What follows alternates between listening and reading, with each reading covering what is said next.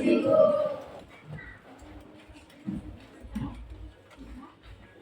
baik. Anak-anak, selamat siang semua. Selamat datang kembali pada siang hari ini. Apa kabar hari ini? Sehat, luar biasa.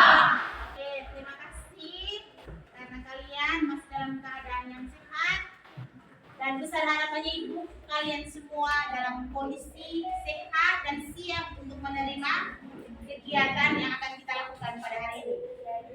Oke, sebelum kita memulai kegiatan pada hari ini, ibu absen dulu. Yang hadir silakan acungkan tangan. Kalau tidak hadir silakan ketua kelas menjawab tidak hadir. Amelia Tiur, Andreas Bot, Antonia Terong, Agus, Cahatul, Benas, Gampar, Alpa, Setia, Noi, Badul, Oman, Lampus, Pisco, Jenia, Cynthia, Delita, Saputra, Kantur, Kam, Rangkang, Lira, Samur, Yusul, Kampong, Martaba, Nadung, Palus, Hasan, Harum, Engko, Setia, Nato, Aram, Garut, Tuba, Gracia. Oke, terima kasih. Sebelum kita memulai pelajaran, saya minta satu orang dulu untuk pimpin kita dalam doa. Dari tempat duduk saja boleh atau maju juga boleh. Silakan, Cika. Silakan.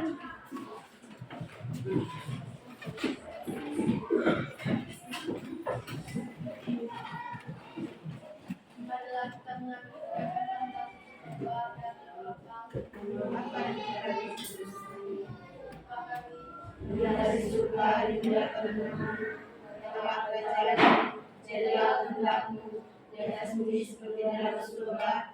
Berilah kami rezeki pada hari ini dan ampunilah kesalahan kami seperti yang mengampuni yang salah kepada kami, dan jangan masukkan kami ke dalam pencobaan, dan bebaskanlah kami dari jahat. Amin.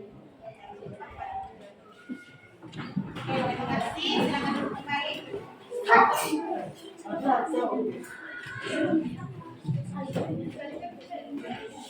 Ya, baik. Adik-adik sekalian, pada hari ini kita akan melakukan bimbingan klasikal dan topik layanan kita pada hari ini itu adalah tentang meningkatkan motivasi belajar siswa. Kenapa saya memilih materi meningkatkan motivasi belajar siswa di sini? Karena kelas 8C sesuai dengan asesmen yang sudah dilakukan di awal, itu banyak sekali di antara adik-adik sekalian yang sering tidak mengerjakan tugas, kemudian sering melakukan pelanggaran terhadap aturan dan tata tertib yang ada di sekolah, kemudian tidak memiliki pemahaman terkait dengan motivasi belajar siswa. Motivasi belajar itu seperti apa? Atau motivasi itu apa? Sehingga itu alasan kenapa saya memilih topik layanan kita pada hari ini itu adalah tentang motivasi belajar.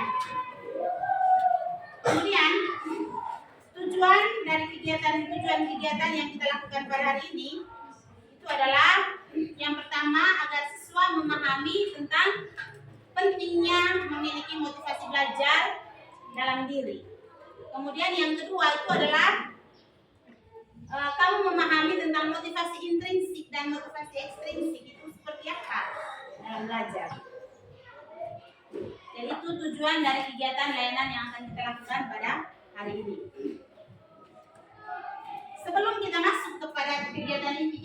yang materi yang akan saya tayangkan di slide di depan sebentar.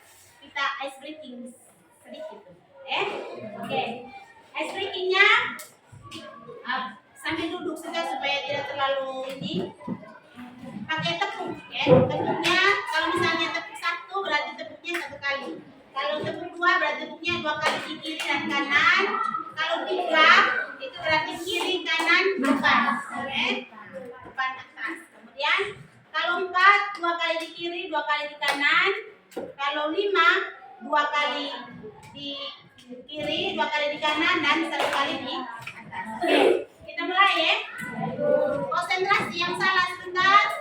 Bersiap untuk memimpin teman-teman yang lain. Sambil duduk saja. Tepuk 1, tepuk 2, tepuk 3, tepuk 4, tepuk 5, tepuk 3. Oke, berarti masih ada yang belum konsentrasi. Ya, saya minta kesediaan kalian untuk mengikuti kegiatan ini dari hati dan penuh konsentrasi. Oke, sekarang kita masuk kepada materi yang akan saya tayangkan di slide. Motivasi belajar siswa. Oke. Yang pertama di sini adalah tentang pengertian motivasi belajar. Jadi saya minta supaya semua melihat pada slide. Yang pertama di sini adalah pengertian secara umum terkait motivasi. Jadi motivasi itu merupakan sebuah konsep yang menjelaskan alasan seseorang berperilaku. Jadi secara umumnya adalah motivasi itu merupakan sebuah konsep yang menjelaskan alasan seseorang berperilaku. Kemudian yang kedua, menurut para ahli, pengertian menurut para ahli di sini, motivasi itu merupakan proses internal yang mengaktifkan, kemudian memandu dan memelihara perilaku seseorang secara terus-menerus. Itu motivasi kalau menurut para ahli. Kemudian pengertian menurut KBBI, motivasi adalah dorongan yang timbul pada diri seseorang secara sadar atau tidak sadar untuk melakukan suatu tindakan dengan tujuan tertentu.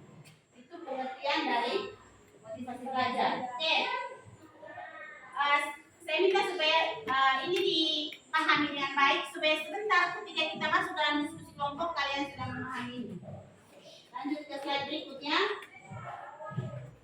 Kemudian yang kedua di sini adalah peran motivasi belajar. Peran dari motivasi belajar. Yang pertama, membuat peserta didik memiliki keinginan untuk melakukan aktivitas belajar. Jadi kalau orang memiliki motivasi, otomatis dia memiliki keinginan untuk belajar. Sehingga saya minta yang 8C ini seperti itu ya. Harus punya keinginan untuk belajar. Kemudian yang berikut, memperlancar belajar dan hasil belajar peserta didik. Itu perannya. Kemudian yang ketiga, menjadikan aktivitas belajar lebih menyenangkan. Jadi orang kalau memiliki motivasi, itu pasti akan aktivitas belajarnya akan berjalan dengan menyenangkan. Kemudian yang berikut, menurunkan kecemasan peserta didik. Jadi biasanya orang yang memiliki motivasi dalam hidupnya itu akan dihindari dari rasa cemas yang berlebihan. Kalau orang yang memiliki kecemasan yang berlebihan berarti dia tidak memiliki motivasi dalam dirinya. Maka saya yakin dan percaya bahwa kelas 8C ini memiliki motivasi dalam diri sehingga dia menjalankan itu dengan penuh menyenangkan dan tidak ada kecemasan yang ada dalam diri. Kemudian meningkatkan kreativitas dan aktivitas belajar. Itu adalah peran dari motivasi belajar. Kemudian kita lanjut ke slide berikutnya. Faktor-faktor motivasi belajar. Jadi faktor-faktor motivasi belajar ini yang pertama itu adalah ada sikap. Jadi yang mempengaruhi motivasi seseorang itu adalah ada sikap di sini. Dan sikap yang baik dan sikap yang tidak baik akan mempengaruhi motivasi kita dalam belajar. Kemudian ada penguatan. Jadi ada yang menguatkan kita untuk memiliki motivasi itu. Ada faktor yang menguatkan kita, entah itu faktor dari dalam diri maupun faktor yang dari luar. Faktor dari dalam diri itu adalah kamu sendiri memiliki keyakinan untuk memiliki motivasi. Gitu. Kalau faktor dari luar itu adalah bisa berasal dari teman, orang tua, keluarga ataupun guru yang ada di sekolah. Kemudian ada kebutuhan. Ada kebutuhan kita untuk belajar, sehingga ada motivasi untuk belajar. Kemudian ada kompetensi di sini. Jadi ada kompetensi yang harus kita kembangkan sehingga kita termotivasi untuk belajar. Kemudian ada rangsangan. Jadi ada rangsangan untuk kita selalu memiliki motivasi untuk belajar dan mau mencari tahu tentang pengetahuan. Kemudian ada yang terakhir itu adalah ada afeksi ya, dari motivasi belajar. Kemudian kita lanjut ke slide berikutnya, teori-teori motivasi belajar. Yang pertama sini adalah teori belajar behavioral. Kemudian teori kebutuhan manusia. Yang ketiga itu adalah teori harapan. Yang keempat adalah teori motivasi berprestasi. Nanti akan dijelaskan seperti apa. Oke, kita lanjut ya. Nanti dalam kelompok kita akan dijelaskan. Yang pertama, teori behavioral. Yang pertama di sini adalah motivasi timbul karena adanya penguatan. Jadi biasanya motivasi itu akan timbul karena adanya penguatan. Ada yang menguatkan kita, entah itu dari dalam dari seperti yang saya sudah sampaikan ataupun faktor dari luar. Kemudian yang berikut, perilaku yang diperkuat atau reinforcement di masa lalu akan lebih mungkin diulang lagi dibandingkan dengan perilaku yang tidak diperkuat atau dihukum. Jadi biasanya perilaku yang diperkuat atau reinforcement ini di masa lalu akan lebih mungkin diulangkan lagi sekarang dibandingkan dengan perilaku yang tidak diperkuat. Jadi biasanya perilaku yang diperkuat entah perilaku positif ya, perilaku positif yang diperkuat itu akan kita ingat terus, akan terbawa terus bahwa saya pernah memiliki pengalaman seperti ini dibandingkan dengan perilaku yang tidak diperkuat atau dihukum.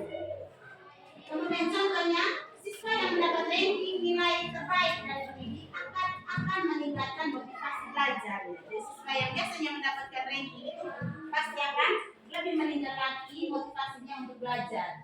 Kemudian selanjutnya, peserta didik yang semua mengatur lainnya saat belajar akan termotivasi untuk tidak belajar. Begitu. Jadi mungkin entah sadar atau tidak sadar selama ini pasti kamu akan memiliki perasaan seperti itu.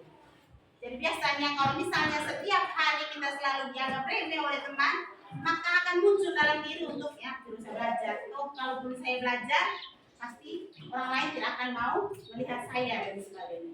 Tapi saya minta supaya yang disebutkan saya ini tidak seperti itu. Semuanya memiliki motivasi untuk belajar dan mau berubah. Itu pada intinya mau berubah sehingga memiliki motivasi belajar. Oke, itu teori behavioral ya. Kemudian yang berikut, teori kebutuhan manusia. Teori kebutuhan manusia, Abraham Maslow, motivasi untuk memenuhi kebutuhan akan makan, rasa aman, cinta, perawatan, dan harga diri yang positif. Jadi menurut Abraham Maslow dan tentang teori kebutuhan, dimotivasi untuk memenuhi kebutuhan akan makan, rasa aman, cinta, perawatan, dan harga diri yang positif. Dan orang itu akan memiliki motivasi kalau dia memiliki rasa ini. Kemudian Abraham Maslow juga membagi kebutuhan menjadi kebutuhan dasar dan kebutuhan untuk pertumbuhan. Jadi dia membagi dua jenis kebutuhan dalam teori kebutuhan manusia ini. Yang pertama ini adalah kebutuhan dasar, yang kedua adalah kebutuhan untuk pertumbuhan. Oke, lanjut ke selanjutnya. Hierarki kebutuhan. Jadi bisa baca ini depan ini? Bisa? Hierarki kebutuhan. Yang pertama itu adalah kebutuhan akan keindahan. Jadi biasanya orang akan apresiasi terhadap keteraturan dan keseimbangan hidup, rasa keindahan dan kesukaan pada semua anak. Kemudian kebutuhan intelektual berprestasi. Jadi di sini ada kebutuhan untuk memahami, kemudian kebutuhan pengetahuan. Kebutuhan untuk memahami ini pengetahuan hubungan sistem dan proses yang diungkapkan dalam teori yang luas, integrasi pengetahuan di dalam struktur yang luas. Kemudian di kebutuhan pengetahuannya memiliki akses terhadap informasi dan arti standar, mengetahui cara-cara mengerjakan sesuatu, ingin mengetahui tentang makna satu benda, peristiwa dan simbol. Jadi biasanya ini adalah menjadi dan pertumbuhan yang lebar dari dalam lemah lembut dan berkesinambungan dalam tubuh tumbuh lebih kuat apabila dipenuhi. Kemudian kebutuhan sosial atau afiliasi, kebutuhan untuk memiliki dan dimiliki. Kemudian yang terakhir ini adalah kebutuhan organisasional dan kebutuhan fisik. Jadi ada kebutuhan keamanan dan kebutuhan akan perjuangan. Kemudian kita lanjut ke teori harapan. Yang ketiga, dan teori harapan dikembangkan oleh Edward dan Atkinson yang menghasilkan rumus motivasi M sama dengan P kali E. M itu adalah motivasi, P ini adalah probabilitas yang diyakini untuk berhasil, dan I-nya itu adalah nilai intensif yang diperoleh atas keberhasilan yang akan dicapai. Kemudian kita lanjut teori motivasi berprestasi yang keempat. Teori yang membahas tentang kecenderungan seseorang untuk mencapai tujuan atau keberhasilan dan melakukan kegiatan yang mengarah pada kesuksesan. Jadi motivasi itu biasanya ada motivasi berprestasi dan motivasi berafiliasi. Teori motivasi berprestasi ini biasanya dijelaskan oleh beberapa ahli. Silakan kamu lihat di depan. Kita lanjut ke slide berikutnya. Ini Nichols 1984 mengklasifikasikan motivasi berprestasi ini menjadi dua panel. Peserta didik yang berorientasi pada tujuan belajar dan peserta didik yang berorientasi pada tujuan kinerja. Dan tujuan belajarnya di sini untuk memperoleh kompetensi atau keterampilan yang diajarkan, sedangkan tujuan belajar pada tujuan kinerja itu adalah untuk memperoleh penilaian kognitif atas kinerja yang dicapai dan menghindari penilaian negatif. Kemudian mencari tantangan dengan mengambil mata pelajaran yang sukar itu pada kolom tujuan belajarnya. Kemudian di tujuan kinerjanya adalah menghindari tantangan dengan mengambil mata pelajaran yang mudah. Jadi silakan kamu masuk di bagian mana ini. Kemudian lebih percaya diri bisa mencapai ranking tinggi, sedangkan yang di bagian sebelahnya masih pesimis untuk mencapai ranking tertinggi. Jadi ini materi sangat-sangat bagus untuk kamu bisa memahami dan mengenal diri kamu sudah masuk di kategori mana. Kemudian menurut Dweck 1996 saat menghadapi kesulitan, jadi peserta didik yang berorientasi pada tujuan belajar itu biasanya cenderung untuk mencobanya dan kinerjanya akan mengalami peningkatan. Sedangkan peserta didik yang berorientasi pada tujuan kinerja cenderung merasa cemas dan penampilannya tidak serius. Kemudian peserta didik kemudian yang berikut menurut MC Sian menyatakan bahwa peserta didik yang memiliki intelijensi sama namun memiliki orientasi belajar yang berbeda, yakni berorientasi pada tujuan kinerja dan berorientasi pada tujuan belajar, kinerja mereka di dalam kelas menunjukkan perbedaan yang signifikan. Jadi entah secara sadar atau tidak, di antara kita ini ada dua kategori tadi. Ada yang memiliki berorientasi pada tujuan belajar, ada yang berorientasi pada tujuan kinerja. Gitu. Kemudian kita lanjut ya.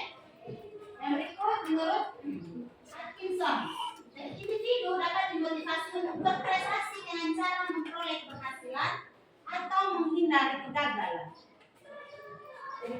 Yang pertama mencari keberhasilan. Jadi orang yang lebih termotivasi untuk mencapai keberhasilan, kemudian lebih memilih tugas yang tingkat kesulitannya sedang, kemudian memilih karir yang lebih realistik. Kemudian menghindari kegagalan, orang yang lebih termotivasi untuk menghindari kegagalan, kemudian lebih memilih tugas yang mudah untuk bisa dikerjakan, kemudian memilih karir yang realistis. Kemudian MC Silan juga peserta didik yang mempunyai intelijensi yang sama namun memiliki orientasi belajar yang berbeda, maka kinerja mereka di kelas menunjukkan perbedaan yang signifikan, hampir sama dengan yang saya sudah jelaskan di atas. Kemudian yang pertama di sini adalah ketidakberdayaan dalam belajar. Jadi pengertian bentuk ekstrim dari motif menghindari kegagalan. Jadi biasanya orang yang tidak berdaya dalam belajar ini adalah bentuk ekstrim dari motif menghindari kegagalan. Jadi prinsip untuk mengatasi ketidakberdayaan dalam belajar yang pertama itu adalah penekanan pada tindakan positif, kemudian pengurangan tindakan negatif, berangkat dari pengenalan sesuatu yang baru, kemudian ciptakan tantangan dalam belajar. Kemudian implikasi dalam pendidikan. Jadi pendidik meyakinkan sendiri bahwa belajar merupakan tujuan akademis. Dan tujuan kami sebagai pendidik hanya menekankan kamu bahwa peserta didik ini harus tahu bahwa belajar itu harus merupakan tujuan akademis. Kemudian pendidik hendaknya menghindari menggunakan sistem intensif atau penilaian yang bersifat kompetitif. Kita lanjut ke slide berikutnya. Yang berikutnya adalah strategi meningkatkan motivasi belajar. Ini strateginya untuk meningkatkan motivasi belajar. Yang pertama itu adalah membangkitkan minat belajar. Kemudian mendorong rasa ingin tahu. Yang ketiga membantu peserta didik dalam merumuskan tujuan belajar. Dan yang keempat adalah menggunakan variasi metode penyajian yang benar. Jadi ini sudah dilakukan hari ini kita menggunakan slide PowerPoint. Mudah-mudahan setelah ini kamu memiliki pemahaman tentang motivasi belajar itu seperti apa. Oke, sekarang kita masuk dalam pertanyaan di dalam kelompok yang wajib kamu kerjakan secara berkelompok. Itu pertanyaan, ada 2 pertanyaan sebentar yang dijawab. Hasilnya nanti itu akan dibaca, kemudian teman-teman lain silakan memberikan masukan kepada jawaban dari teman lain di kelompok di dalam kelas ini. Oke? Bisa nih? Masih semangat? Mari.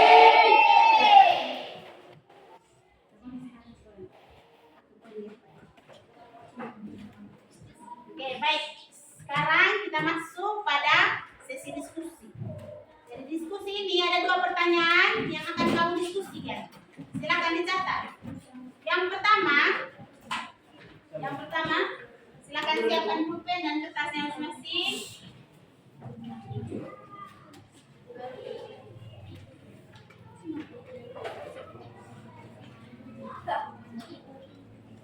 Pertanyaan pertama itu adalah bagaimana diri kita itu selalu termotivasi untuk belajar. Bagaimana diri kita itu selalu termotivasi untuk belajar. Sudah? Nomor 2, kaitan motivasi belajar dengan faktor yang mempengaruhi. Kaitan motivasi belajar dengan faktor yang mempengaruhi.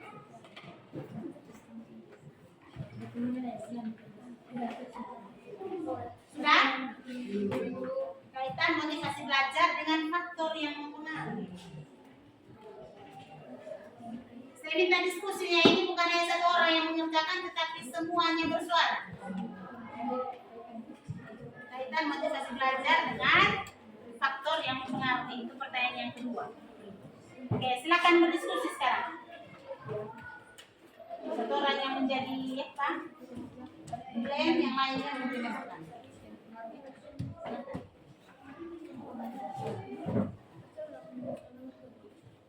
Kaitan antara motivasi belajar dengan faktor yang mempengaruhi.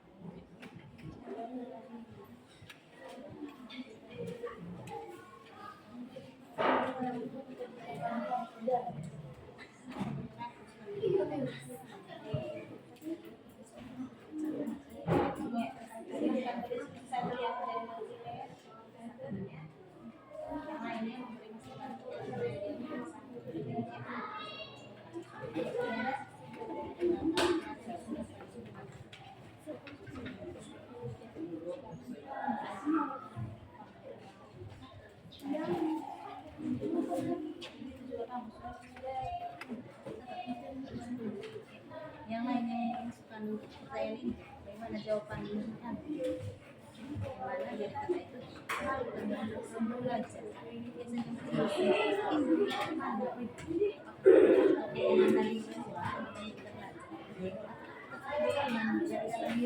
belajar.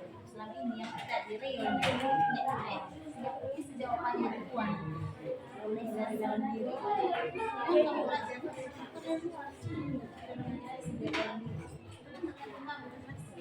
sudah semua boleh bersuara. Itu dari sana berarti itu juga tujuan kaitan belajar dengan faktor yang mempengaruhi. Kaitannya apa? Tidak ada yang bisa belajar dengan faktor yang mempengaruhi apa kaitannya? Itulah kamu yang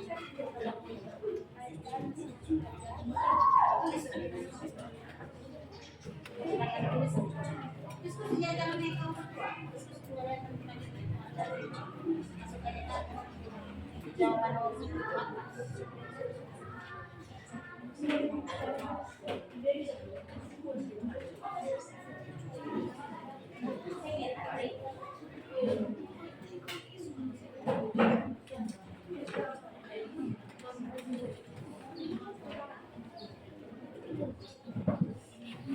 Itu sudah yang kelompok yang ini sudah tahu sudah mendapat pertanyaan. Sudah ya.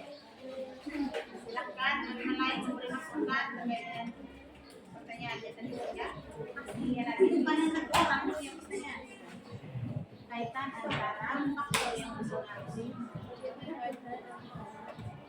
prestasi pelajar, kaitan antara prestasi pelajar dan faktor yang mempengaruhi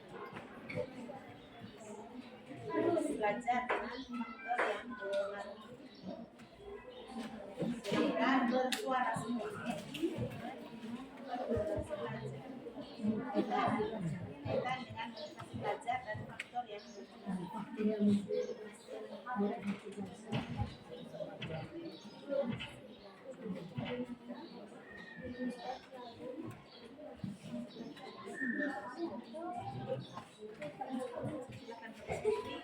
Waktunya hanya 10 menit, oke? Setelah 10 menit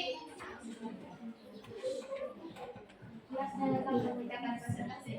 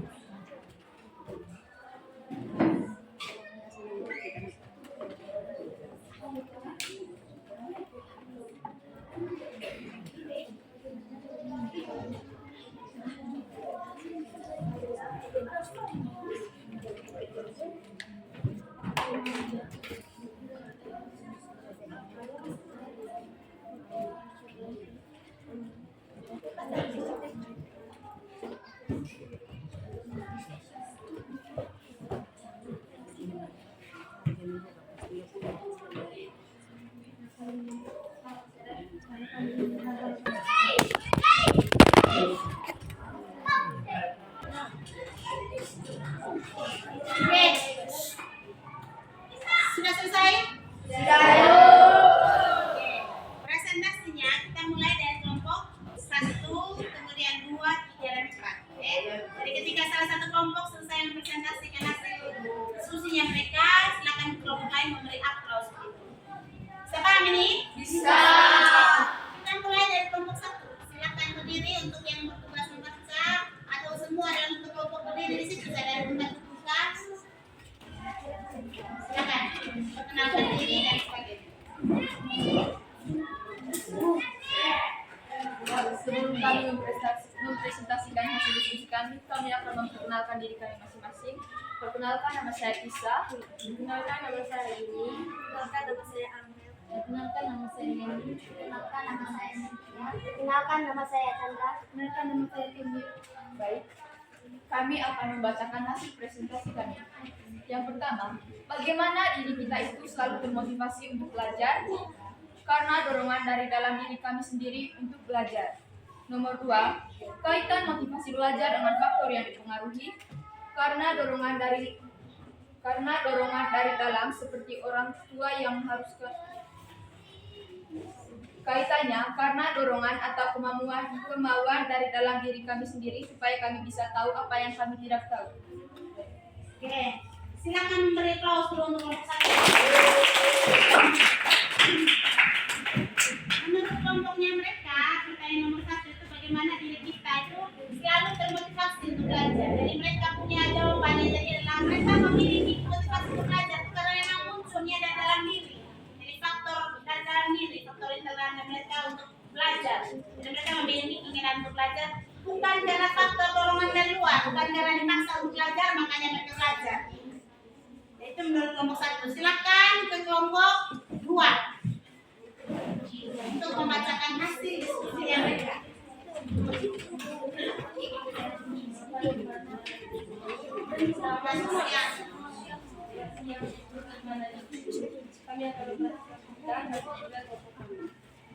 Perkenalkan, nama saya Margarita Nidita Julia. Perkenalkan, nama saya Grace Labadul. Perkenalkan, nama saya Stephen Siku. Perkenalkan, nama saya Suzuki Lumataba. Perkenalkan nama saya Marianus Alkisatra. Perkenalkan nama saya Sarah. Perkenalkan, nama saya Yusufina Sidinadu. Perkenalkan, nama saya Suryanti Noyani Setia. Bagaimana diri kita itu selalu bermotivasi untuk belajar karena keinginan sendiri dan disuruh oleh orang tua. Kaitan motivasi belajar dengan faktor yang mempengaruhi karena dorongan dari dalam diri kami sendiri dan didorong oleh orang tua. Oke, silakan berikan aplaus untuk mereka. Oke, menurut mereka, untuk pertanyaan yang pertama, mereka selama ini belajar, ada di antara mereka yang memang muncul karena ada keinginan untuk belajar, tetapi ada di antara mereka juga yang belajar itu karena faktor dari luar. Misalnya karena disuruh oleh orang tua, makanya mereka belajar. Sehingga ini hal penting yang dan menjadi evaluasi untuk kalian semua juga. Ini menjadi pertanyaan untuk kalian semua, silakan dengar yang di sana. Ini menjadi bahan evaluasi untuk kalian semua untuk menanyakan pada diri apakah selama ini saya belajar itu karena faktor dari dalam diri saya yang memiliki keinginan untuk belajar atau karena faktor dari luar. Karena disuruh oleh orang tua makanya saya belajar atau karena disuruh oleh guru makanya saya belajar. Oke, kita lanjut ke kelompok 3 dulu. Silakan kelompok 3 untuk membacakan hasil diskusinya. Selamat pagi, guru dan selamat siang, guru dan teman-teman. Kami dari kelompok 3 akan mempresentasikan hasil diskusi kami. Kami akan memperkenalkan diri kami masing-masing. Nama saya Tiara. Nama saya Arin. Nama saya Tio. Nama saya Rizky. Saya Cindy. Nama saya Vera. Nama saya Cici. Nama saya Vira. Nama saya Beto. Nama saya Oscar. Nama saya Ica. Bagaimana diri kita selalu bermotivasi untuk belajar? Karena keinginan dari diri sendiri dan didorong oleh orang tua untuk belajar. Kaitan motivasi belajar dengan faktor mempengaruhi karena kami ingin mengetahui hal-hal yang baru yang belum kami ketahui. Oke, silakan berikan aplaus untuk kelompok 3. Menurut mereka juga hampir sama dengan kelompok 2 bahwa selama itu mereka belajar itu karena memang ada yang faktor internal, karena ada kemauan untuk belajar, ada ada juga faktor eksternal karena dipaksa oleh orang tua, disuruh oleh orang tua, makanya mereka mau untuk belajar. Kemudian kita lanjut ke kelompok 4. Silakan berdiri untuk kelompok 4. Selamat siang teman-teman dan Bapak Ibu guru yang saya hormati. Kami dari kelompok 4 akan mempresentasikan hasil diskusi kami. Perkenalkan, nama saya Cika. Perkenalkan, nama saya Desa. Perkenalkan, nama saya Rita. Perkenalkan, nama saya Sera. Perkenalkan, nama saya Menas. Perkenalkan, nama saya Julio. Nama saya Gio. Bagaimana diri kita selalu termotivasi untuk belajar? Karena kita ingin mengetahui sesuatu yang tidak kita tahu. Kaitan antara motivasi belajar dengan faktor yang mempengaruhi karena dorongan dari diri kami sendiri untuk belajar. Oke, silakan berikan aplaus untuk kelompok 4. Oke, baik. Silakan duduk senyaman mungkin dan pastikan kamu semua sudah siap untuk kita mendengarkan kesimpulan dari kegiatan kita pada hari ini. Jadi secara keseluruhan, terima kasih karena kalian sudah mengikuti kegiatan bimbingan hari ini dengan antusias dan penuh keyakinan. Sangat saya harapkan, satu harapan saya bahwa setelah kegiatan ini dilakukan, kelas 8C ini memiliki kemauan dan motivasi untuk belajar. Jadi kalau misalnya mendengar secara keseluruhan apa yang sudah kamu sampaikan tadi dalam diskusi kelompok, apa yang kamu bacakan, secara keseluruhan kalian selama ini belajar itu karena banyak faktor, terutama faktor eksternal. Jadi hanya beberapa orang saja yang belajar itu karena adanya faktor internal dan dalam diri yang ada kemauan untuk belajar. Tetapi sebagian besar di antara kamu ini adalah karena faktor eksternal, ada dorongan dari orang tua yang mengharuskan kamu untuk belajar. Sehingga ini menjadi evaluasi penting bagi kamu supaya ke depannya belajar itu bukan karena faktor eksternal, tetapi faktor dari dalam diri, yaitu kemauan kita untuk belajar. Harus ada keyakinan, kenapa saya belajar? Otomatis belajar itu adalah supaya apa? Supaya kita bisa mengetahui apa yang kita tidak tahu. Jadi sangat penting semua kita, apalagi seorang pelajar itu memiliki motivasi untuk belajar. Sehingga secara keseluruhan kesimpulan saya hari ini adalah bahwa kalian sudah mengikuti kegiatan ini dan bisa memahami materi yang sudah disampaikan tentang motivasi belajar. Dan pembelajaran yang penting yang akan kamu dapat hari ini adalah bahwa sebagai seorang siswa sangat penting untuk memiliki motivasi belajar, dan motivasi belajar itu harus timbul dari dalam diri, bukan karena atas dorongan orang lain. Jadi saya yakin kelas 8C bisa melakukan itu. Sehingga di pertemuan berikutnya, saya meminta kamu untuk membawa hasilnya. Hasilnya apa? Saya memberi tugas kepada kamu hari ini, sehingga tugas itu akan dibawa pada pertemuan berikutnya. Tugasnya itu adalah, silakan dicatat. Tugasnya adalah kamu menuliskan tentang pengalaman kamu belajar selama ini itu seperti apa. Apakah kamu memiliki jadwal di rumah untuk belajar, atau kamu selama ini belajarnya tanpa membuat jadwal? Jika itu menjadi tugas kamu yang akan kamu bawakan pada pertemuan berikutnya, dan itu menjadi bahan evaluasi kita pada pertemuan berikutnya. Oke, kegiatan kita pada hari ini sampai di sini. Terima kasih karena kalian sudah mengikuti kegiatan dari awal sampai dengan akhir. Sebelum kita tutup kegiatan kita pada hari ini, saya minta satu orang untuk memimpin kita dalam doa. Oke, silakan.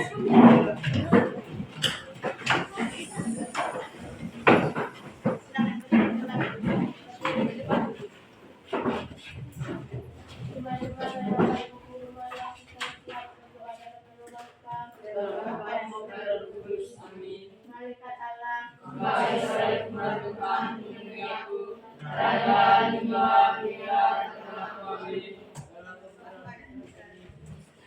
Kelas 8C, semoga apa yang kita belajar hari ini bisa bermanfaat untuk kalian semua. Terima kasih dan sampai jumpa di pertemuan berikutnya. Jangan lupa dengan tugas. Sekian dan terima kasih.